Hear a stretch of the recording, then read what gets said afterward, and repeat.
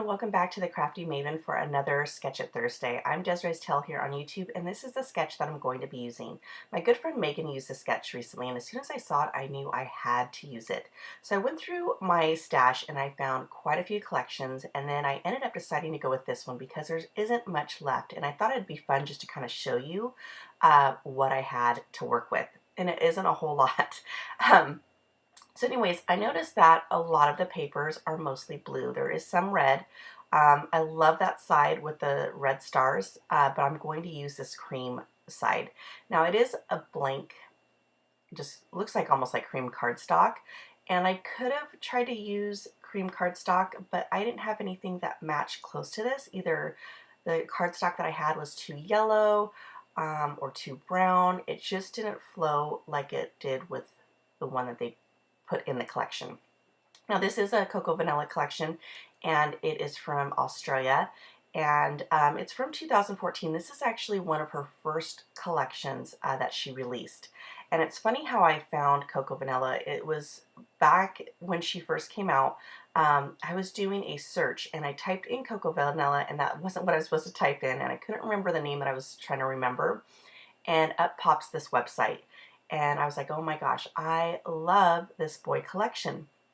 So I went to order it and I was like, holy moly, like what's going on? And I realized, oh, they're all the way out in Australia. Well, none of the companies here, or companies or stores knew anything about Cocoa Vanilla, and so you couldn't find them here in the US. And in the very beginning of my Cocoa Vanilla obsession, I used to, yes, order it from her directly and pay the shipping to get it to me.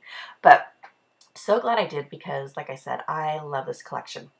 So moving on to the layout, I am trying to find some papers because in the sketch it does show a 6x6 paper that is, I think, the very first layer on that cardstock.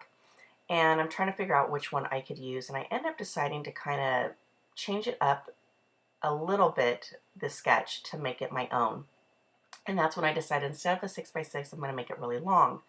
Now, I don't know about you guys, but when you use Scrapbook, do you find yourself like having ideas in the beginning and then when you're done um, with the layout, you totally forgot the ideas that you had?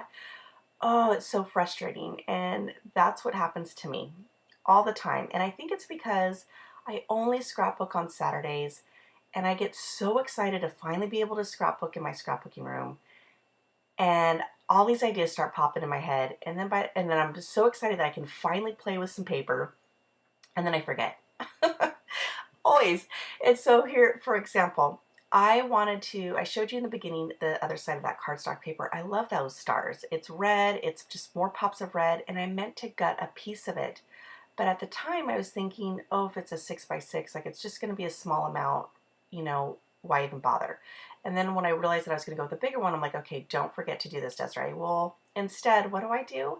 The banner that you saw, that is the same length of the 12 by 12 paper, I cut that thinking to myself, I don't want them to see that I'm taking a smaller piece and stretching it, and I cut it, and hello, it was the same size. Like, honestly, I'm like, what were you thinking, Desiree? Apparently you weren't.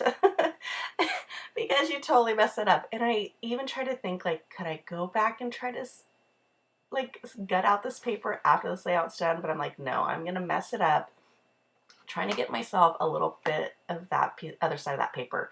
The only reason why I wanted it is to, again, use up everything that I got. So here is where you see everything kind of coming together. And I did use a cut apart sheet that you saw in the very beginning, and it's one said little man and the other one says that's my boy. I ended up deciding to only use the one that says little man. And I just am trying to bring more red in the triangle in all three areas. And as soon as I put that down, I was like, okay, what else can I use? Because my whole goal is to use up as much as I can of this collection, because like I said, I don't have much of it left. And it's getting down to just little bits and pieces of it. So I was like, okay, the next thing I need to tackle to use some of this stuff is the sticker sheet. And since I don't have embellishments to go with it, then I need to try to use as much as I can for the stickers. And once I saw that one that says number one, I was like, that's perfect, number one little man, because he is. And then I saw this airplane, and look at how perfect it fits underneath the picture. Now you are noticing, I mean, I cut out most of it, but I am using my Scotch Quick Dry or tacky glue, whatever they want to call it now. Um, I am using it for all the stickers, and here's why. The quality of the products are amazing. Now, definitely her stickers have changed as far as the texture and everything, and they're more matte, almost like on paper. And the sticker sheet that it comes on, they're very shiny. So when my end of the photos, you're going to notice that all my lights are off pretty much because they were catching the glare of my alt lights. And they're very, you know, those like window clingy things that, you know, you could do for like different holidays and you can cling them on the window. That's how they kind of feel. Like they're very, not rubbery, but yeah, plasticky rubbery. I don't know how to describe it. But once you take them off the sticker sheet, they don't stick anymore. And I had a, you know, I don't want anything falling off my page. For those of you that are new, that haven't followed me, I talked in the past how after I'd done my son's photo album, things were falling off because I was using that dot adhesive that you see on the right hand side. And so I feel now that I have to adhere everything with tacky glue because that stuff is permanent and it won't go. And so anytime that I know that there isn't much stickiness, I always add more just for precaution. I still use my dot runner, but only for, because it is archival safe. I only use it for the back of my photos. And then everything else, like paper to paper, I use my, oh gosh, the big pink candle one, my ATG gun. Anyway, so I'm putting all the stars in a couple areas, and I'm really liking how I'm layering everything up. And it's funny how I'm on a strict freeze right now, and it's funny how when you really truly can't shop, you make the best of what you have. And by limiting myself of, okay, I am just only going to use this collection, I find it easier to use more of it. Versus if I just grab a few things and then go, well, I can just keep looking through my stash, I tend to either A, I grab way too much, or B, I don't grab enough, and then I spend too much time trying to look for things that I give up because I just want to keep creating, and then, you know, I don't add a whole lot of details to my layouts, which I don't mind because I do love the clean look.